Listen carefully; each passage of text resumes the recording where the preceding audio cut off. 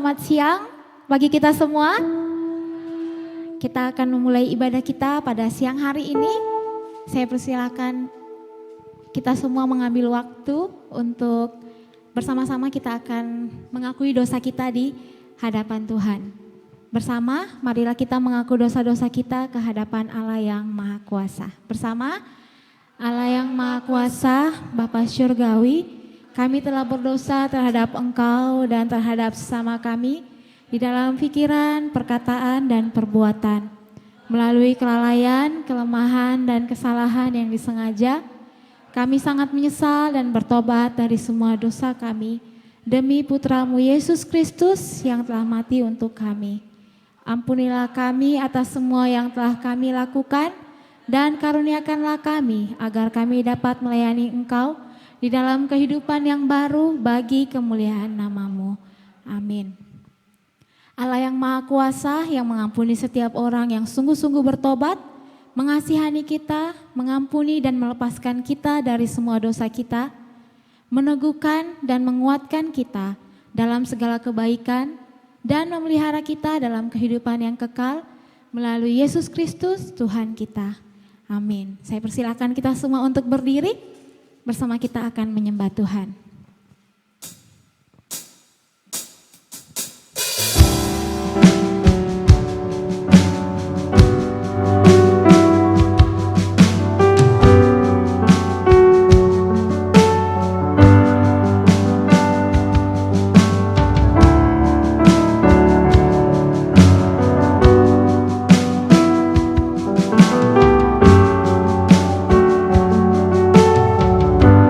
Bersama kita katakan,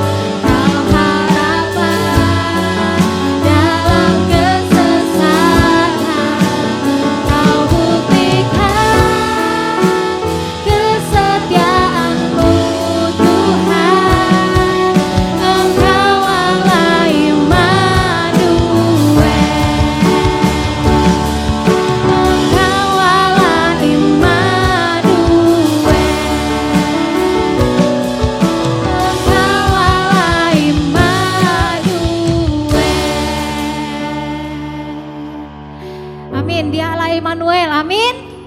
Amin. Mari kita sama-sama kita memuji Tuhan. Kita katakan firman terangi jalanku. Mari bersama kita tepuk tangan.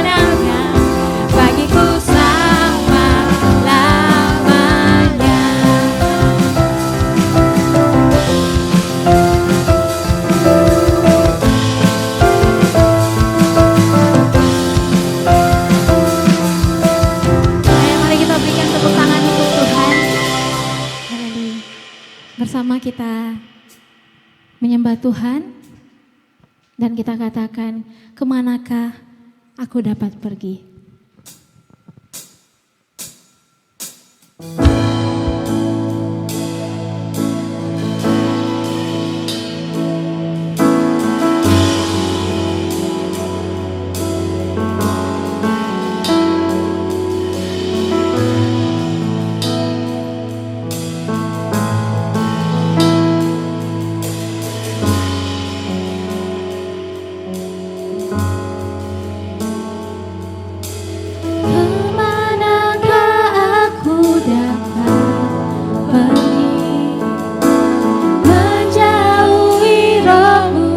Yang suci kau sabar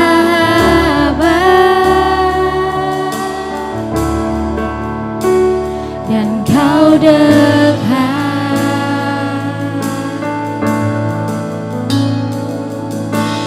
bahkan seluruh pengabdianku tak bisa membalas kesetiaan mulia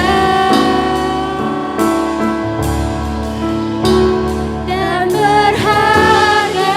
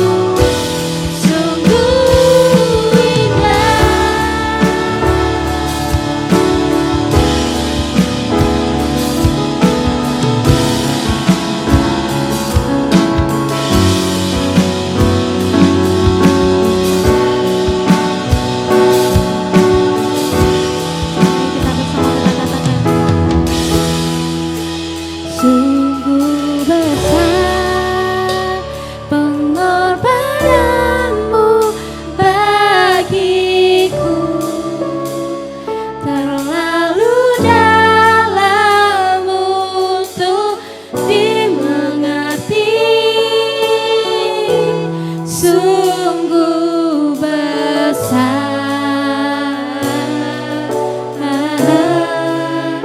sungguh indah yang kau pikirkan tentangku, tak terselami bagiku.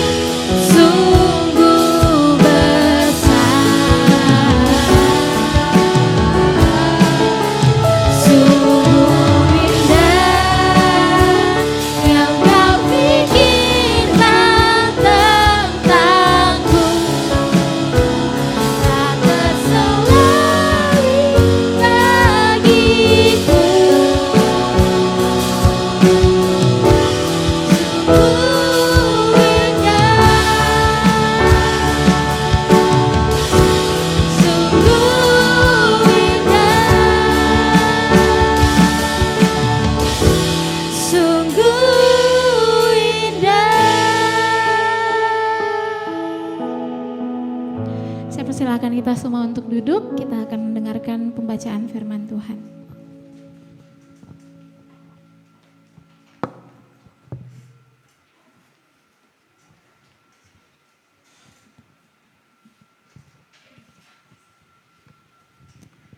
Pembacaan yang pertama terambil dari Yeremia pasal 31 ayat 27 sampai 37.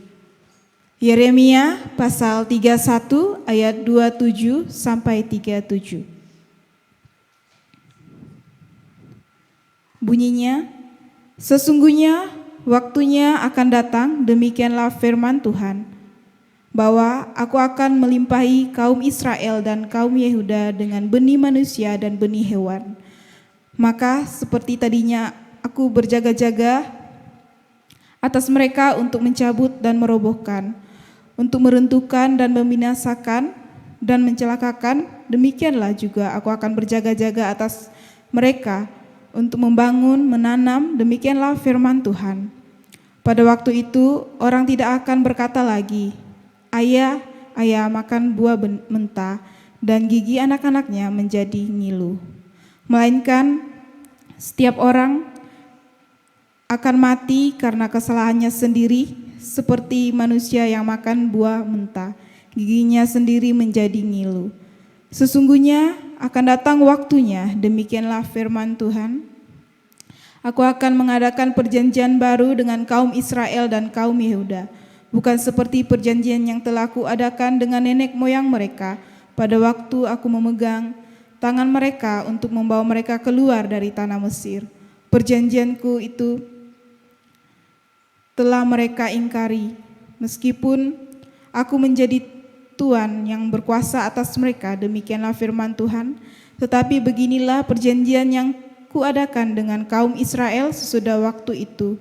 Demikianlah firman Tuhan, aku akan menaruh Tauratku dalam batin mereka dan menuliskannya dalam hati mereka. Aku akan menjadi Allah mereka dan mereka akan menjadi umatku. Dan tidak usah lagi orang mengajar sesamanya atau mengajar saudaranya dengan mengatakan, kenallah Tuhan, sebab mereka semua besar kecil akan mengenal aku, demikianlah firman Tuhan, sebab aku akan mengampuni kesalahan mereka dan tidak lagi mengingat dosa mereka.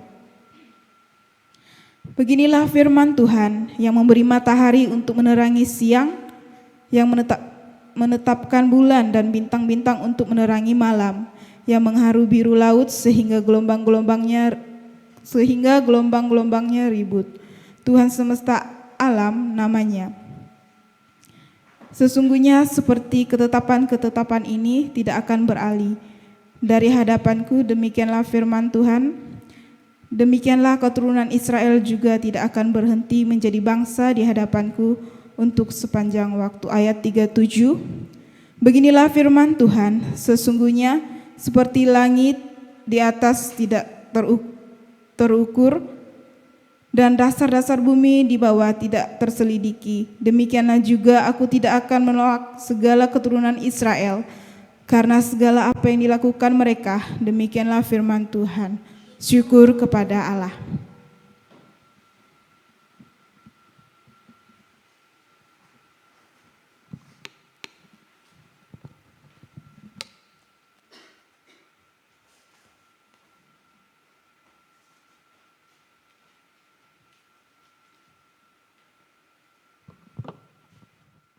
Pembacaan Alkitab yang kedua diambil dari Yohanes 12 ayat 20 sampai 23. Yesus memberitakan kematiannya. Di antara mereka yang berangkat untuk beribadah pada hari raya itu terdapat beberapa orang Yunani. Orang-orang itu pergi kepada Filipus yang berasal dari Betsaida di Galilea lalu berkata kepadanya, "Tuhan, kami ingin bertemu dengan Yesus." Filipus pergi memberitahukannya kepada Andreas. Andreas dan Filipus menyampaikannya pula kepada Yesus. Tetapi Yesus menjawab mereka, katanya, "Telah tiba saatnya Anak Manusia dimuliakan." Demikianlah firman Tuhan.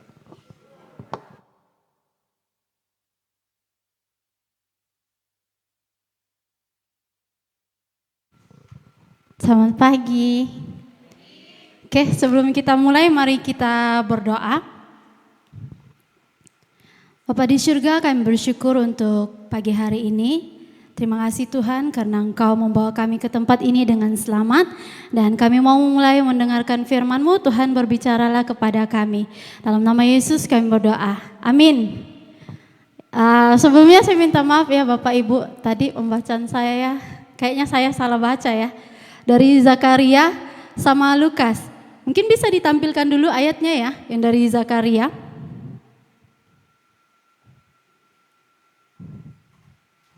Zakaria pasal 9 ayat 9 sampai 12. Nanti kita baca secara berbalas-balasan ya Bapak Ibu, biar bareng-bareng bacanya. Zakaria 9 ayat 9 sampai 12. Saya baca ayat 9, Bapak Ibu ayat 10 sampai selesai ya. Bersorak-soraklah dengan nyaring hai putri Sion, bersorak-sorailah hai putri Yerusalem. Lihat, rajamu datang kepadamu, ia adil dan jaya, ia lemah lembut dan mengendarai seekor keledai beban yang mudah.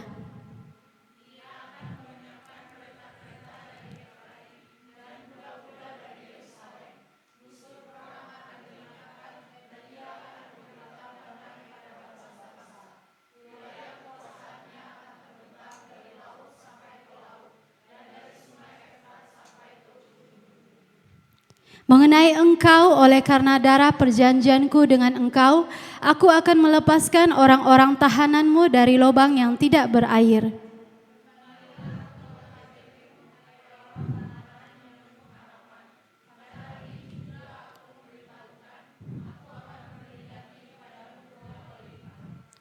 Amin, demikian firman Tuhan. Oke, Bapak Ibu, tema dari perenungan kita pada hari ini adalah take the chance. Ambil kesempatan itu. Siapa yang selalu main monopoli di sini? Enggak selalu lah, siapa yang pernah main? Oh, rata-rata pernah main ya. Nah, kalau dalam permainan monopoli itu ada yang namanya apa tuh? Fate dan chance kan? Nah, kalau fate itu berbicara tentang nasib, sedangkan kalau chance itu berarti kesempatan ataupun peluang. Nah, berdasarkan KBBI, aku cek gitu kan, bahasa Inggris dan bahasa Indonesianya juga aku cek.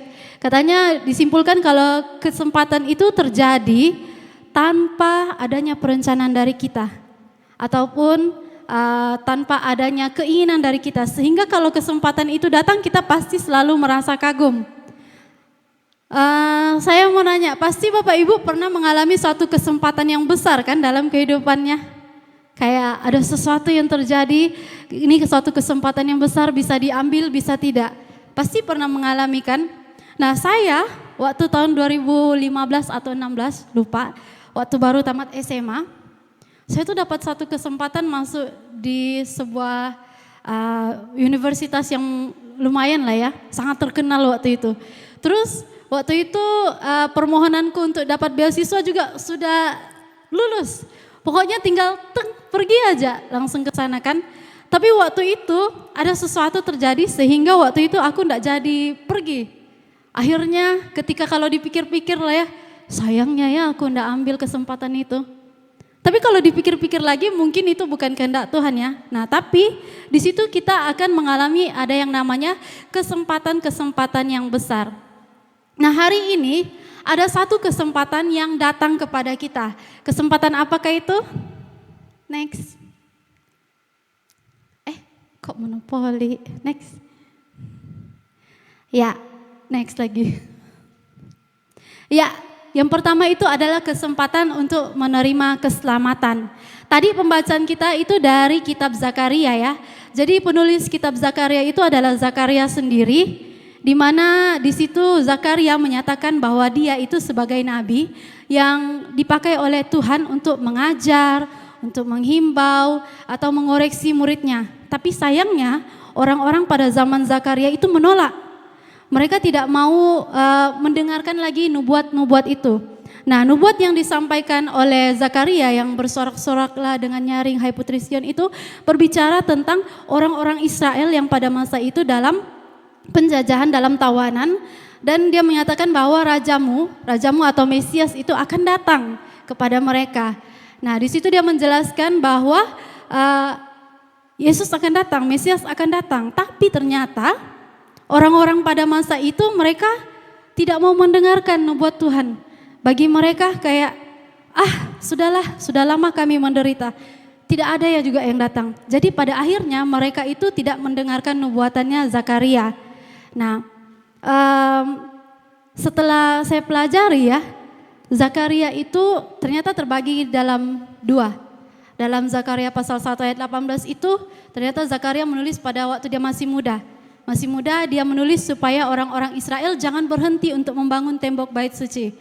Terus setelah itu di pasal 9 sampai 14 itu ternyata waktu Zakaria sudah tua. Di situ Zakaria menulis bahwa Mesias akan datang dan dia menguatkan mereka bahwa mereka tidak perlu lagi untuk takut. Tapi ternyata orang-orang Israel pada masa itu menolak.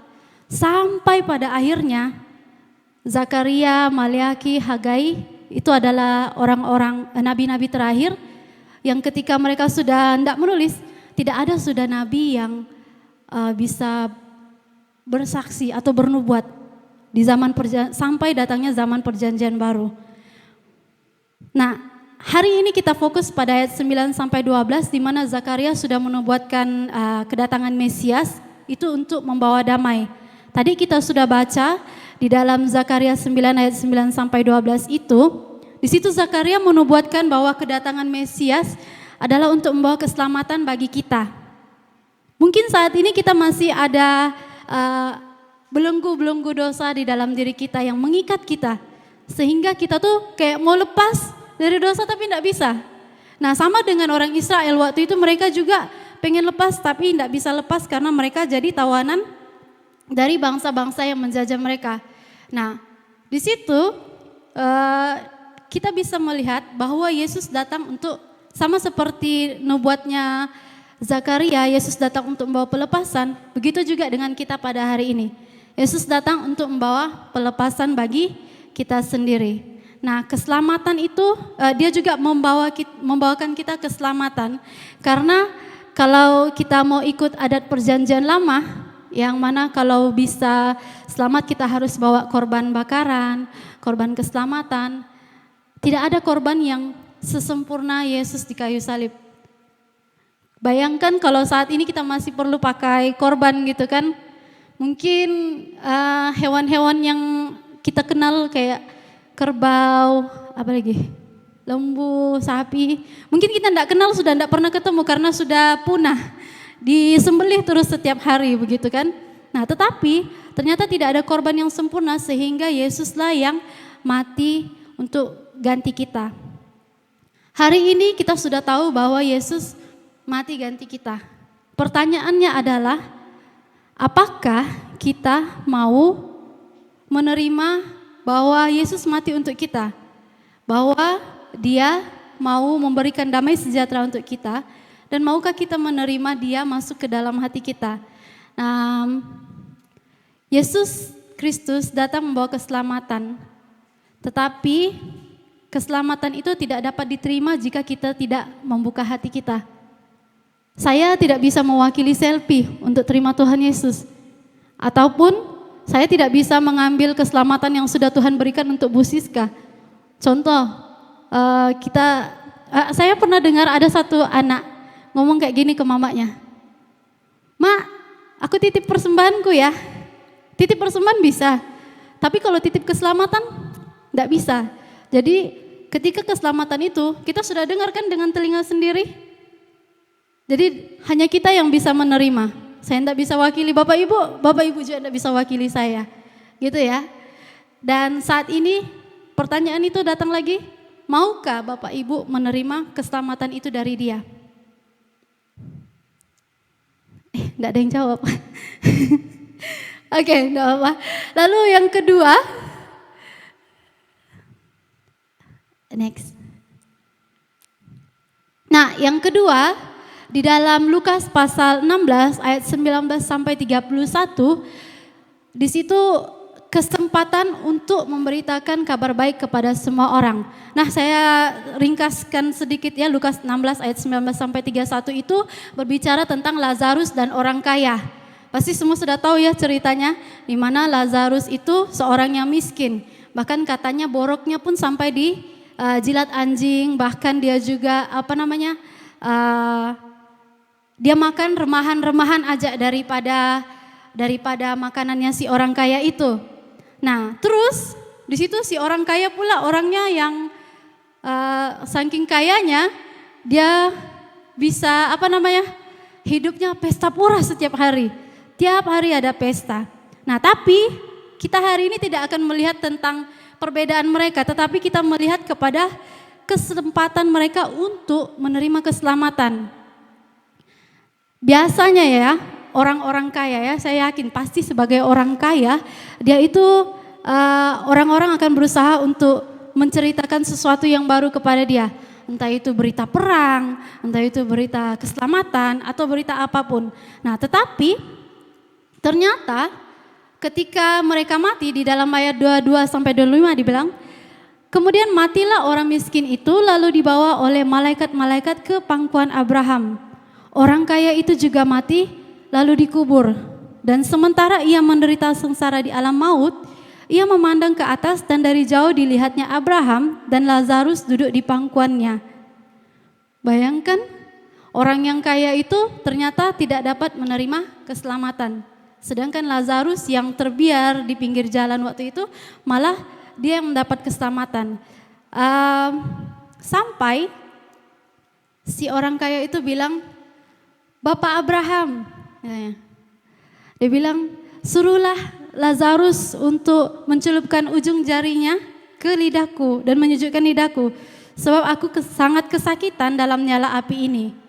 Nah, tetapi Abraham bilang, "Anak, ingatlah bahwa engkau telah menerima segala yang baik sewaktu hidupmu, sedangkan Lazarus segala yang buruk. Sekarang ia mendapat hiburan dan engkau sangat menderita." Saya tidak berusaha menakut-nakuti Bapak Ibu ya, tetapi kehidupan kekal itu nyata. Kehidupan setelah kematian itu nyata. Entah itu kita kekal di surga atau kekal di neraka. Jadi pada waktu orang kaya itu berseru, "Kasihanilah aku," saya itu langsung terpikir, terbayang, mungkin ada suatu penyesalan dalam dirinya. Mungkin dia juga sudah pernah menerima kesempatan itu untuk bisa menerima keselamatan. Tapi apa yang dia lakukan? Dia menyia-nyiakan sehingga pada saat dia menyadari itu sudah terlambat untuk dirinya. Dan untuk bisa menerima keselamatan itu sudah terlambat. Sehingga apa yang dia katakan bahwa Bapak Abraham suruh aja Lazarus pergi kepada keluargaku. Dia pasti tidak mau melihat saudara-saudaranya, keluarganya menderita. Tetapi respon Abraham itu sangat menarik bagi saya. Karena dia bilang begini, ada pada mereka kesaksian Musa dan para nabi. baiklah mereka mendengarkan kesaksian itu. Sudah dibilang sama Tuhan, sudah dibilang sama Abraham, mereka sudah punya kesaksian itu. Biarlah mereka dengar.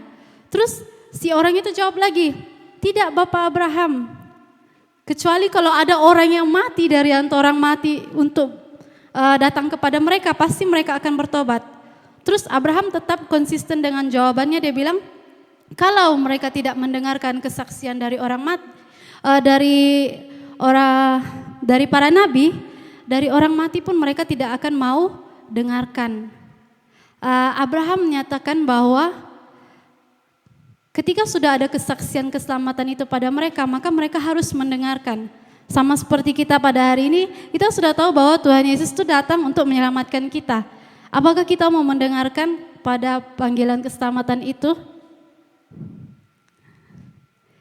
Terus pertanyaan yang kedua, ketika kita sudah tahu, kita sudah terima, apakah kita yakin saudara kita, coba lihat orang di kiri kanan Anda, apakah kamu yakin kalau dia juga sudah menerima keselamatan itu? Amin. Tapi ternyata banyak orang di luar sana yang tidak dapat menerima keselamatan itu karena disia-siakan. Nah, jika Bapak Ibu mungkin sudah yakin, tapi kalau seandainya coba bayangkan orang-orang terdekat, teman-teman Bapak Ibu yang kira-kira belum mendengarkan Injil. Siapa yang harus memberitakan Injil kepada mereka? Ya, betul, kita. Amanat agung waktu Yesus sampaikan di dalam Matius 28 itu tidak hanya stop di murid-muridnya aja, tetapi juga kepada kita semua. Di situ dia bilang, pergilah, jadikanlah semua bangsa muridku. Itu tidak hanya stop sampai di murid-muridnya aja, tetapi juga kepada kita semua. Kalau ada yang bilang, tapi Sel aku tidak bisa ngomong. Cukuplah dia lihat kesaksian hidupku. Bagus sih, bagus. Tapi alangkah lebih baiknya kalau perkataan kita juga bisa keluar untuk mengucapkan tentang Yesus kepada dia. Mungkin Bapak Ibu bilang, aku enggak tahu macam mana mau buat ceritaku menarik. Enggak perlu bohong-bohong lah. Enggak perlu kayak buat, waktu itu saya lagi bla bla bla. Enggak perlu yang terlalu wah. Tapi sederhana saja, ceritakan pengalaman Bapak Ibu dengan Tuhan Yesus dan Tuhan yang akan bekerja. Tuhan yang akan menjamah hati orang itu.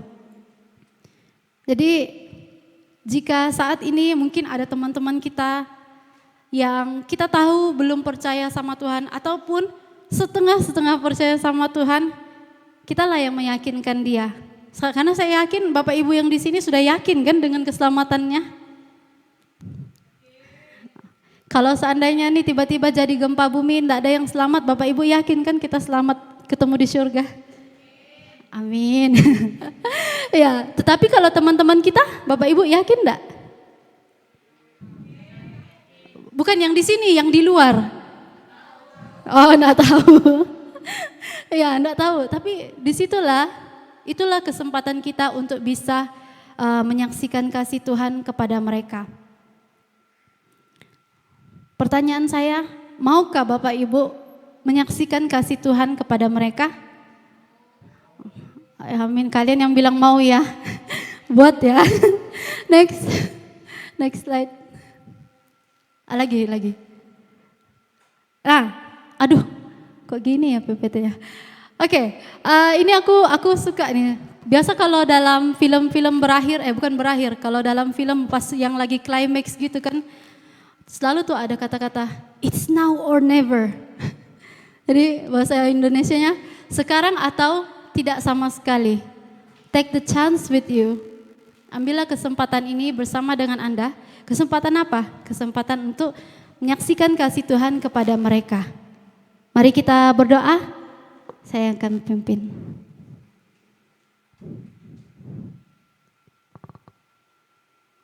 Bapa di surga, terima kasih untuk kebaikan-Mu. Terima kasih Tuhan karena Engkau datang ke dunia ini untuk menyelamatkan kami. Biarlah Tuhan kami yang sudah menerima keselamatan ini siap untuk menjadi pemberita-pemberita Injil dengan cara yang sederhana. Tuhan pakai kami, dan biarlah Tuhan melalui kesaksian kami nama Tuhan ditinggikan dan dipermuliakan. Dalam nama Yesus Kristus kami mengucap syukur dan berdoa. Semua yang percaya katakan amin.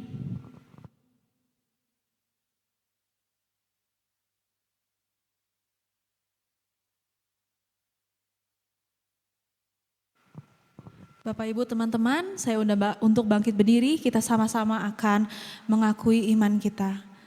Bersama, aku percaya kepada Allah, Bapa yang Maha Kuasa, Khalik langit dan bumi, dan kepada Yesus Kristus, Putranya yang tunggal Tuhan kita, yang dikandung dari Roh Kudus, lahir dari anak darah Maria, yang menderita sengsara di bawah pemerintahan Pontius Pilatus, disalibkan, mati dan dikuburkan. Ia turun ke dalam dunia orang mati, pada hari ketiga dia bangkit kembali. Ia naik ke surga dan duduk di sebelah kanan Sang Bapa. Ia akan datang kembali untuk menghakimi orang yang hidup dan yang mati.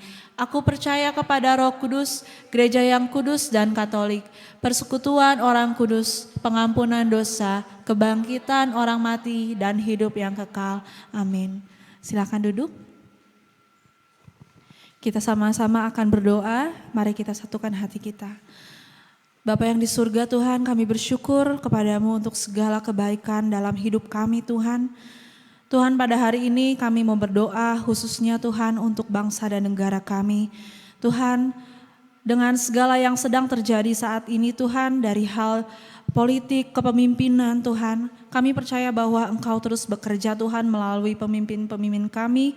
Dan biarlah Engkau yang memberkati presiden kami Tuhan dalam memimpin negara ini. Biarlah Engkau yang memberikan dia hikmat Tuhan dalam memutuskan segala keputusan yang perlu diambil Tuhan. Dan biarlah Tuhan nama Engkau bisa terus dipermuliakan dalam bangsa dan negara ini Tuhan. Tuhan, kami juga ingin berdoa untuk gereja-gereja di Indonesia Tuhan, khususnya gereja Anglikan. Tuhan, kami percaya Tuhan Engkau memiliki rencana yang baik Tuhan untuk umat-umat-Mu Tuhan, dan Engkau dapat bekerja melalui gereja-gereja yang ada. Oleh karena itu Tuhan, kami memohon Tuhan kasih karunia-Mu turun kepada kami Tuhan, dan biarlah Engkau Tuhan memakai gereja-gereja-Mu Tuhan untuk dapat menyebarkan kabar baik kepada seluruh orang di bangsa ini Tuhan. Dan juga Tuhan, kami mau berdoa untuk setiap daripada kami Tuhan. Mungkin di antara kami Tuhan ada yang sedang mengalami permasalahan, ada yang sedang berat hati, ada yang sedang tidak enak badan, atau mungkin ada masalah-masalah lain yang tidak bisa diungkapkan Tuhan. Bapak, kami percaya Engkau adalah Bapa yang mendengar segala doa kami. Engkau mengetahui isi hati kami Tuhan. Dan oleh karena itu Tuhan, kami mau berdoa, biarlah Engkau yang terus memberikan kami damai sejahtera, penghiburan Tuhan, dan juga penyertaan Tuhan, Roh Kudus-Mu di dalam hidup kami. Tuhan, kami bersyukur sekali lagi Tuhan untuk segala yang Engkau lakukan dalam hidup kami, dan biarlah penyertaan-Mu selalu ada bersama dengan kami. Dan marilah bersama-sama kita menaikkan doa yang sudah diajarkan bersama. Bapa kami yang di surga, dikuduskanlah namamu, datanglah kerajaan-Mu, jadilah kehendak-Mu di bumi seperti di surga. Berikanlah kepada kami pada hari ini makanan kami yang secukupnya. Dan ampunilah kami akan kesalahan kami, seperti kami juga mengampuni orang yang bersalah kepada kami. Dan janganlah membawa kami ke dalam pencobaan, tetapi lepaskanlah kami daripada yang jahat. Karena Engkaulah yang punya kerajaan, kuasa dan kemuliaan sampai selama-lamanya. Amin. Kita sama-sama akan menyiapkan persembahan kita. Yang bertugas dipersilahkan untuk maju ke depan.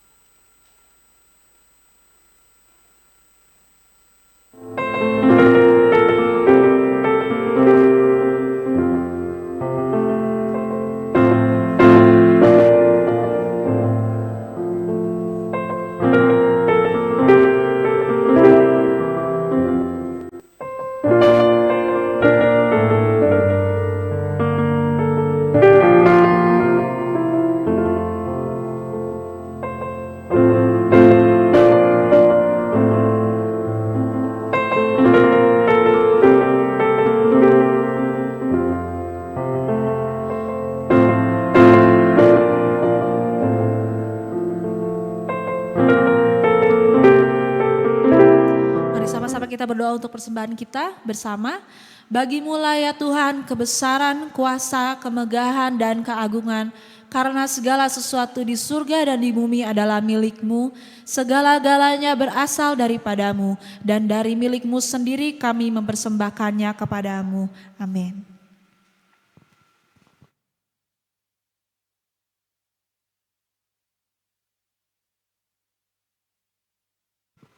Selamat siang teman-teman, kami ada beberapa pengumuman. Yang pertama, kami mengucapkan terima kasih kepada teman-teman yang sudah hadir pada ibadah siang hari ini. Dan kami juga mengucapkan selamat datang kepada teman-teman yang baru pertama kali hadir. Mungkin ada yang baru pertama kali hadir di sini?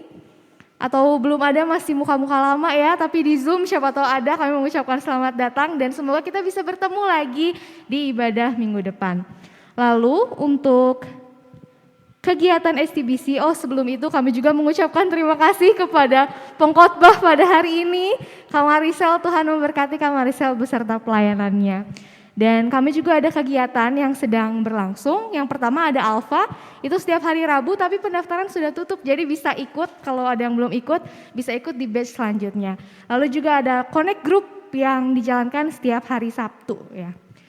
Lalu setelah ibadah kita akan menikmati berkat Tuhan bersama di bawah, tapi karena sedang bulan puasa, jadi untuk menghargai saudara kita makannya di dalam saja gitu ya, di lantai 1.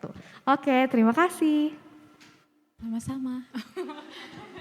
Oke, teman-teman ada tambahan pengumuman. Jadi dalam 2 minggu ke depan, bukan minggu depan ya, tapi 2 minggu depannya lagi, kita akan ada ibadah Kamis Putih di hari Kamis ya, Kamis Putih, Kamis lah ya. Oke, jadi kita ada ibadah Kamis Putih dan hari Jumatnya kita akan lanjut dengan Jumat Agung ya, Jumat Agung ya. Kalau Kamis Putih kita ibadah jam 6.30 sore, Kamis Putih 2 minggu lagi ya. Terus kalau Jumat Agung kita akan ibadah jam 11 siang di sini. Jadi ibadah Jumat Agung itu kita memperingati hari kebangkitan. Oh salah ya, kematian. Ternyata masih fokus gitu. Jadi kita akan memperingati hari kematian Tuhan Yesus. Ibadahnya jam 11. Dan Paskah di hari Minggunya itu di tanggal 9 April. Kita akan ibadah bersama gabungan. Dari ibadah yang jam 9 kita akan ibadah di jam 11 siang. Ibadah Paskah. Itu perayaan, kita akan bersama-sama dengan jemaat yang lainnya. Ya paling itu saja pengumuman untuk kegiatan kita ke depan. Saya persilakan semua kita untuk berdiri, kita akan mengakhiri ibadah kita siang hari ini dengan menyanyikan sebuah lagu.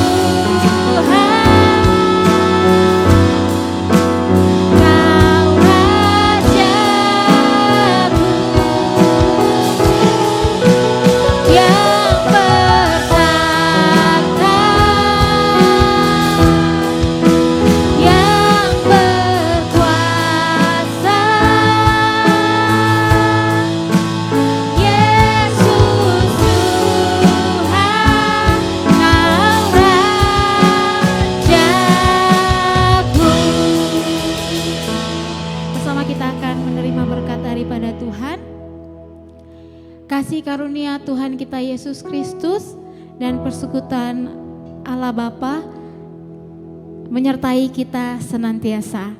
Amin. Selamat hari Minggu, Tuhan Yesus memberkati. Silakan duduk untuk bersaat teduh.